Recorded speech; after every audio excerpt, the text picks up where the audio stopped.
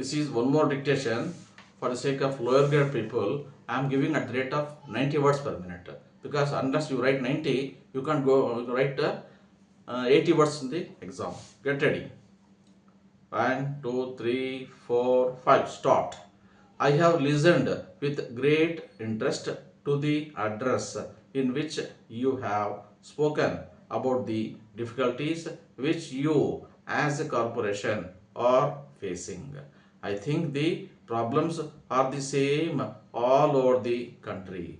Our cities are growing beyond all recognition. Big cities have grown 3 or 4 times their size.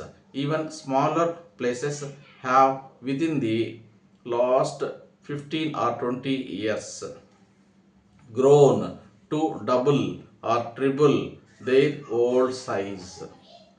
All these towns and cities provide amenities on the basis of population.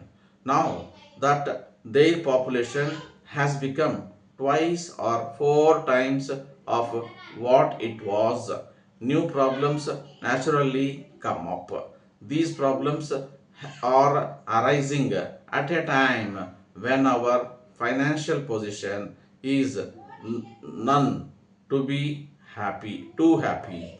You have therefore to work with patience and also to conserve our energy and all your resources and use them to the best possible advantage of the masses at large. I am glad to learn that you have taken up the work of slum clearance and have made much progress.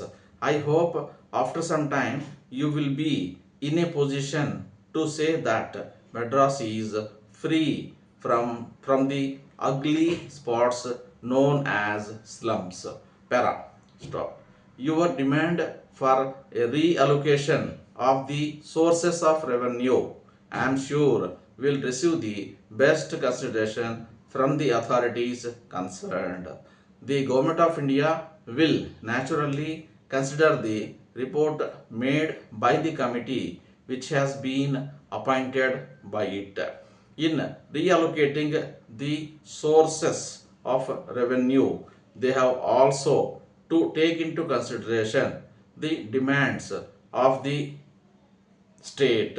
As a matter of fact, one of the problems with which the government of India are faced is the problem of allocating the sources of revenue between the states and the center. We are, as you know, carrying on according to certain arrangements which were made before we attained independence. Until better times come or until some other agreement is made, the existing arrangement has to be continued. I suppose the same is true with regard to the municipal bodies.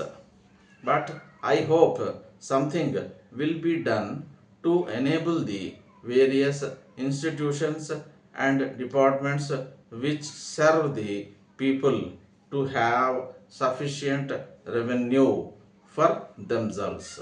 Para. We in this country have to preserve our own destiny. We can do so only if we keep this entire country together.